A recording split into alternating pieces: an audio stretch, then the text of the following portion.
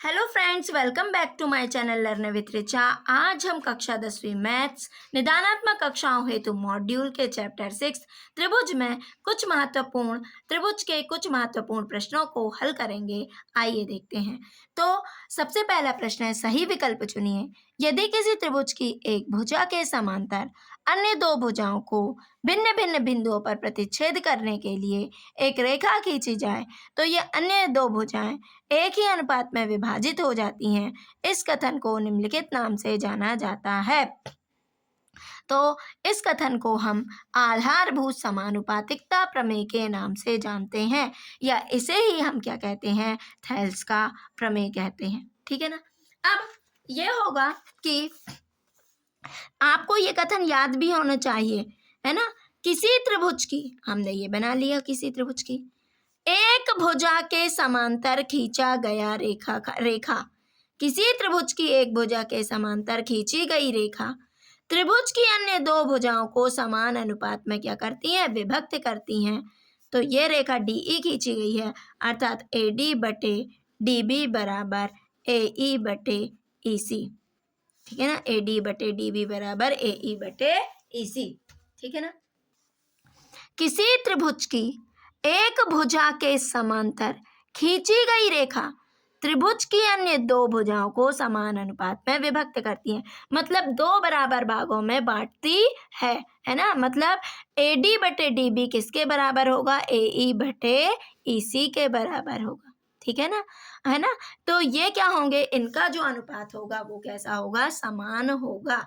जैसे ये 1:2 है तो ये भी 1:2 होगा। ये 2:3 है तो इनकी भुजाओं में भी किसका अनुपात होगा, 2:3 का होगा, है ना। जरूरी नहीं है कि आप ऐसा है तो ऐसा भी खींच सकती हो, ABC ऐसे भी हो सकती है समांतर, नहीं है तो इस तरह से भी खींच सकती हो, इस भुजा के समांतर भी हो सकता है।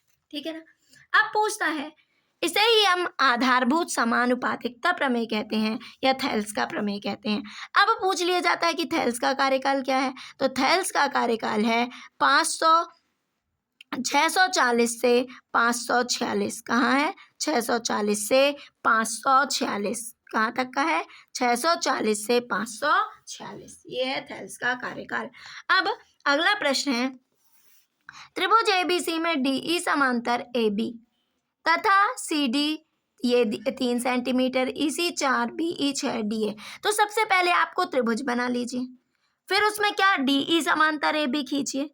AB है ना, AB के समांतर कौन है, DE। तो आइए देखते हैं।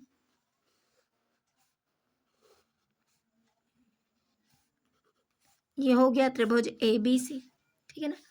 अब इस त्रिभुज ABC में AB के समांतर ये है AB के समांतर कौन है, DE। तो समांतर ऐसी आएगी ना, समांतर भुजा ये हो गई। समांतर आने वे रेखाएं जिनको कितना भी बढ़ा दिया जाए एक दूसरे को कभी भी प्रतिच्छेद नहीं करती हैं। DE, AB समांतर क्या हो गया, DE। ठीक, ऐसे ही है, ये हो गया।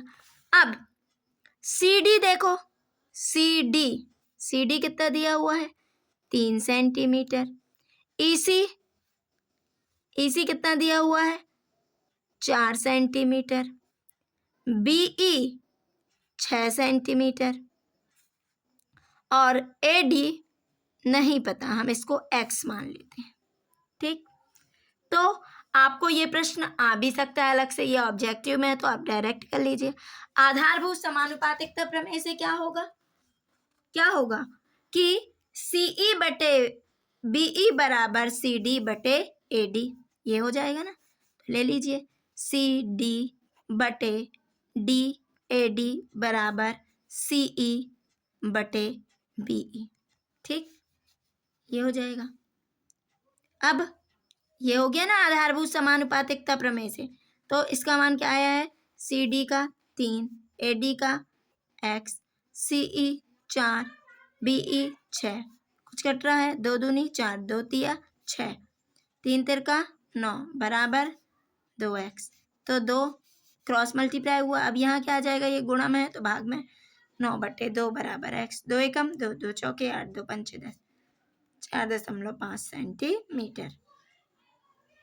तो हमारा राइट आंसर हो जाएगा सी, 4.5 सेंटीमीटर। अब देखिए अगला प्रश्न है, त्रिभुज ABC में DE समांतर BC है, AD बराबर x, DB बराबर x ऋण 2, AE बराबर x धन 2, EC बराबर x ऋण 1, तब x का मान ज्ञात कीजिए। चलो देखते हैं। आपसे चित्र सही बनाना आना चाहिए, है ना। जैसा प्रश्न कह रहा है आप ऐसा चित्र बनाइए। ये बना लिया हमने त्रिभुज ABC। अब BC, ये है BC, BC के समांतर क्या है? DE, ये बना लिया हमने DE। ठीक, BC के समांतर बोला तो हमने BC के समांतर DE खींच लिया। अब AD कितना है? x, DB x minus 2, AE x plus 2, EC x minus 1। आपको पता होगा आधारभूत समानुपातिकता प्रमेय से क्या होता है? AD बटे DB बराबर AE बटे EC। AD का मान x बटे x minus 2, x plus 2 upon x minus 1। Cross multiply कर दीजिए। x माइनस 1 बराबर x प्लस 2 x माइनस 2। क्या हो जाएगा? X square minus x. अब a plus b a minus b, तो एक्स स्क्वायर माइनस 4, ये कैंसिल हो जाएगा। माइनस एक्स माइनस 4, ऋण से ऋण कैंसिल, x बराबर क्या आ गया? 4। तो x की वैल्यू क्या होगी? 4। क्या हो जाएगी? 4। अब हम अगले प्रश्न की ओर बढ़ते हैं। रिक्त स्थानों की पूर्ति कीजिए। सभी वृत्त होते हैं, तो सभी वृत्त क्या होते हैं? समरूप। क्या होते हैं? समरूप, एक जैसे। समरूप मतलब क्या होता है? मतलब जिनका आकार तो एक जैसा होगा लेकिन साइज क्या होंगे? डिफरेंट डिफरेंट साइज के होंगे, है ना। पता में जैसे ये क्या है? वृत्त। ठीक, ये देखो आकार कैसा है? शेप, शेप कैसा है? एक जैसा है, वृत्ताकार शेप है। आकार क्या रहेगा? सेम। बट साइज क्या है? साइज ये बड़ा है, ये छोटा है, ये क्या है? बड़ा है। साइज क्या है? डिफरेंट है। क्या है? क्या है? डिफरेंट है, अलग साइज के हैं। मतलब समरूपता क्या होती है? तो समरूपता क्या होती है? जिसका शेप तो एक जैसा हो लेकिन साइज क्या हो? डिफरेंट हो। मतलब आकार एक सा होगा, आकार एक जैसा होगा लेकिन साइज जो हो अर्थात माप जो है वह क्या रहेगी? भिन्न रहेगी। साइज क्या रहेगा? भिन्न रहेगा। आकार एक जैसा रहेगा किंतु साइज भिन्न रहेगा अर्थात माप भिन्न रहेगी, उसे क्या कहेंगे? समरूपता। ठीक है ना। देखने में एक जैसे होते हैं ना कई लोग, लेकिन साइज अलग होता है, कोई मोटा होता है, कोई पतला होता है। इस तरह समरूपता है दिखने में एक जैसे। सभी वर्ग की सभी भुजाएं बराबर होती हैं, तो सभी वर्ग बड़ा हो चाहे छोटा दिखने में तो क्या होगा? एक जैसा होगा। तो सभी वर्ग भी क्या होते हैं? समरूप होते हैं। अब देखो सभी समद्विबाहु और समबाहु, तो समबाहु त्रिभुज सभी भुजाएं बराबर है, दिखने में तो एक जैसे होंगे, तो सभी समबाहु त्रिभुज क्या होते हैं? समरूप होते हैं। दो समान कोणिक त्रिभुजों में उनकी संगत भुजाओं का अनुपात सदैव क्या होता है? समान होता है। पढ़ा है ना अपन ने, है ना। तो संगत भुजाओं का अनुपात सदैव क्या होता है? समान। यदि एक रेखा किसी त्रिभुज की दो भुजाओं को एक ही अनुपात में विभक्त करे तो वह तीसरी भुजा के क्या होती है? समांतर। और यही क्या है? थेल्स प्रमेय का विलोम, है ना। पहले हमने क्या लिया? समांतर थी, समानुपाती लाया। अब समानुपाती हैं तो वो क्या होंगी? समांतर होंगी, है ना। इसी को ही हम क्या कहते हैं? थेल्स प्रमेय का विलोम। अर्थात यदि किसी त्रिभुज की दो भुजाओं को, एक रेखा किसी त्रिभुज की दो भुजाओं को समान अनुपात में विभक्त करती है तो वह तीसरी भुजा की क्या होती है? समांतर होती है। ठीक है, तो ये हो जाएगा यहाँ पर। अब की ओर बढ़ते हैं। दो त्रिभुजों में संगत कोण बराबर है, ठीक है ना, संगत कोण बराबर है और उनकी संगत भुजाएं समानुपाती हैं। समानुपाती इट मीन्स एक ही अनुपात में है ना। तो ये त्रिभुज समरूप होते हैं। तो अपन ने समरूपता के दो गुण पढ़े हैं ना, कि संगत कोण बराबर होने चाहिए और संगत बहुभुजों की समरूपता में पढ़ा है ना। तो बहुभुजों की समरूपता में क्या पढ़ा है कि दो त्रिभुज के बहुभुज है ना, मतलब जिसके संगत कोण बराबर हो और संगत भुजाएं क्या हो, समानुपाती हो। जब ये दोनों शर्त लगेंगी तो क्या हो जाएगा, समरूप हो जाएंगे। तो ये क्या हो जाएंगे, ये कथन क्या हो जाएगा, सत्य हो जाएगा कि दो त्रिभुज समरूप होंगे यदि उनके संगत कोण बराबर हैं और उनकी संगत भुजाएं क्या हैं, समानुपाती हैं। यदि एक त्रिभुज के दो कोण एक अन्य त्रिभुज के दो कोण बराबर हैं, है ना, ये है एक त्रिभुज, एक है दूसरा त्रिभुज। एक त्रिभुज का एक ये वाला, एक ये इसके बराबर, दूसरा ये और ये दूसरा ये, है ना, कोई भी दो कोण। इस त्रिभुज के दो कोण अन्य त्रिभुज के दो कोण आपस में बराबर हैं तो क्या हो जाएगी, कोण कोण समरूपता लगेगी और ये होती है ना, तो ये भी क्या हो जाएगा, सत्य हो जाएगा। कोण कोण समरूपता होती है क्योंकि पढ़ा है हमने। अब एक शब्द या एक वाक्य में उत्तर दीजिए, क्या सभी समद्विबाहु त्रिभुज समरूप होते हैं? नहीं, ये तो पॉसिबल ही नहीं है ना। समद्विबाहु त्रिभुज समरूप होते हैं, क्या हो जाएगा, नहीं, सभी समद्विबाहु त्रिभुज समरूप नहीं होते हैं। क्या सभी वर्ग समरूप होते हैं? हाँ, सभी वर्ग समरूप होते हैं। अब हम अगले प्रश्न की ओर बढ़ते हैं। आकृति में DE समांतर BC है तो EC ज्ञात कीजिए। DE समांतर क्या दिया हुआ है, BC।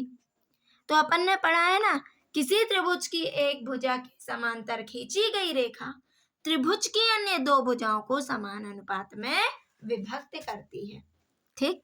तो यहाँ पर कौन सा प्रमेय लग जाएगा, आधारभूत समानुपातिकता प्रमेय अर्थात थेल्स प्रमेय, ठीक है ना। तो क्या दिया है, DE समांतर BC ये दिया है, ठीक है। अब मैं यहाँ साइड में कर देती हूँ, आप नीचे लिख लीजिएगा। AD बराबर कितना है, 1.5 सेंटीमीटर, DB बराबर 3 सेंटीमीटर, AE बराबर 1 सेंटीमीटर, EC बराबर ज्ञात करना है। तो हम यहाँ आधारभूत समानुपातिकता प्रमेय लगा लेते हैं।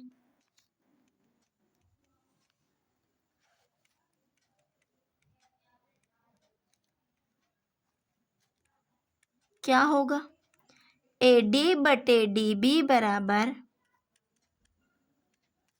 AE बटे EC। यहाँ कर देती हूँ। AD का मान क्या है, 1.5, DB का मान 3, AE 3, EC नहीं पता। AE कितना है, 1, ठीक है ना। तो क्या हो जाएगा, अब पहले दशमलव हटा लीजिए, तो ये दशमलव हटाएंगे तो बटे में क्या आ जाएगा, 10, 1 बटे EC। तो 5 तिया 15, 5 दूनी 10, ठीक है। 3 एकम 3, 3 एकम 3, कितना आ गया, 1/2 बराबर 1/EC। क्रॉस मल्टीप्लाई करो, इसका इससे तो EC बराबर 2 सेंटीमीटर। ये हमारा क्या हो जाएगा, आंसर हो जाएगा। प्रश्न है, आकृति में DE पैरेलल BC है, AD ज्ञात कीजिए। DE समांतर किसके है, BC के। तो हमें क्या ज्ञात करना है, AD। तब आप यहाँ लिख लीजिए जैसा हम लिखते हैं, दिया है DE समांतर क्या है, BC, ठीक है ना। अब AD बराबर ज्ञात करना है, ठीक। DB बराबर कितना दिया हुआ है, 7.2 सेंटीमीटर, AE बराबर 1.8 सेंटीमीटर और EC बराबर 5.4 सेंटीमीटर। ये आप लिख लेंगे ना स्टेप बाय स्टेप। अब यहाँ लिख लीजिए आधारभूत समानुपातिकता प्रमेय से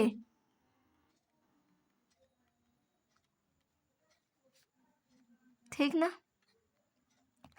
अब तो क्या होगा AD बटे DB बराबर AE बटे EC। AD का मान नहीं पता, DB का मान 7.2, AE का मान 1.8, EC का मान 5.4। तो ध्यान दो यहाँ पर इसमें भी एक संख्या बाद दशमलव है, इसमें भी एक संख्या बाद दशमलव, तो ये दशमलव और ये दशमलव आपस में क्या हो जाएंगे, कैंसिल हो जाएंगे, है ना। तो इसका बचेगा, तो ये क्या हो जाएगा AD, तो इसका दशमलव हमको हटाना है, तो ऊपर क्या आ जाएगा दशमलव यानी 1, और कितने दशमलव के बाद कितने अंक है 1, तो क्या हो जाएगा 0। ये तो आपसे बनता होगा, और ये क्या हो गया हट गया, क्योंकि दोनों में एक एक संख्या बाद दशमलव है ना। दोनों में क्या लगा है, ये भी एक अंक बाद है, ये भी एक अंक बाद है, तो क्या हो जाएगा ये कैंसिल हो जाएंगे। 18 एकम 18, 18 तिया 54। ठीक, अब क्या आ गया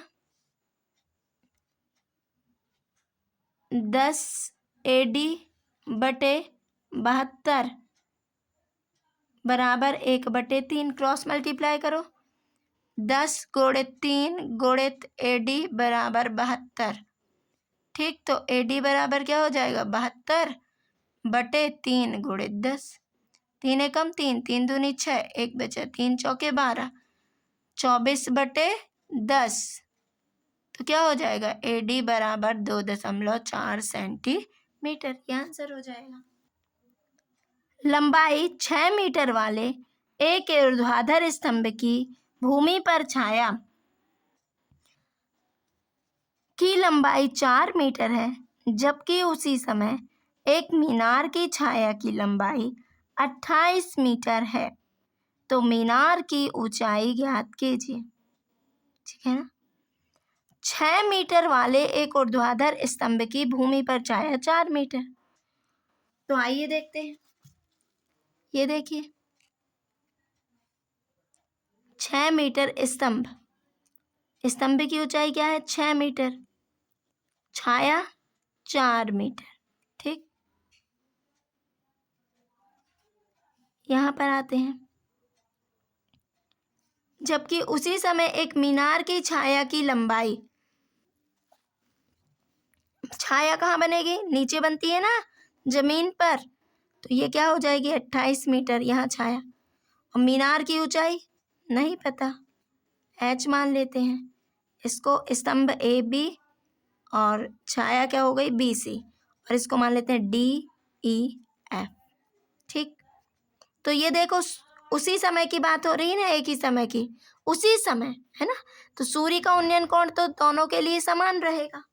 ठीक है ना, सूर्य का उन्नयन कोण दोनों के लिए क्या रहेगा समान रहेगा, और ये भी 90 और ये भी 90, तो कौन सी समरूपता हो जाएगी, ये कोण B बराबर कोण E और कोण C बराबर कोण F, तो समरूप हो जाएंगे।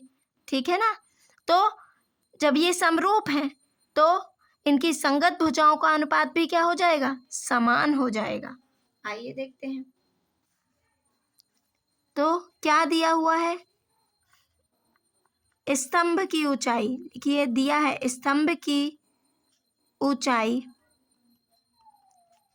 AB बराबर 6 मीटर, छाया की स्तंभ की छाया की लंबाई क्या दी हुई है BC बराबर 4 मीटर। ठीक, अब मीनार की छाया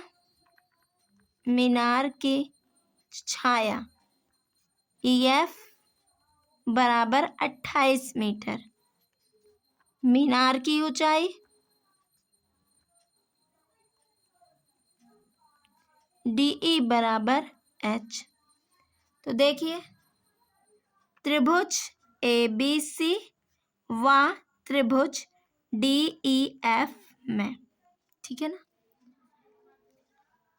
कोण बी बराबर कोण ई बराबर 90 अंश, ठीक, तथा कोण सी बराबर कोण एफ, सूर्य का उन्नयन कोण, उसी समय सूर्य का उन्नयन कोण दोनों के लिए क्या होगा, समान होगा। तो क्या हो जाएगा, त्रिभुज ए बी सी समरूप त्रिभुज डी ई एफ। कौन सी समरूपता, कोण कोण समरूपता से, ठीक है ना। जब ये समरूप है तो क्या हो जाएगा, अब इनकी संगत भुजाओं का अनुपात क्या हो जाएगा, समान हो जाएगा, ठीक है ना। तो क्या हो जाएगा, ए बी बटे बी सी बराबर डी ई बटे ई एफ हो जाएगा। किससे, आधारभूत समानुपातिकता प्रमेय से, आधारभूत समानुपातिकता प्रमेय से ये क्या हो जाएंगे, ठीक, ये हो गया। अब क्या हो जाएगा, ए बी का मान कितना है 6, बी सी का 4, इसका एच और 28, 4 एकम 4, 4 सत्ते 28, क्रॉस मल्टीप्लाई 6 7 42 एच, या एच बराबर 42 मीटर क्या हो जाएगी, अतः मीनार की ऊंचाई 42 मीटर है। देखिए क्या हो जाएगा, समरूपता से, समरूपता के गुण से, ठीक है ना। यदि त्रिभुज समरूप है तो संगत भुजाएं क्या होंगी, समानुपाती होंगी, ठीक है ना। यदि आपको मेरे द्वारा पढ़ाया हुआ समझ में आया है तो प्लीज़ फ्रेंड्स मेरे चैनल को ज़्यादा से ज़्यादा लाइक शेयर एंड सब्सक्राइब कीजिए। Thank you for watching.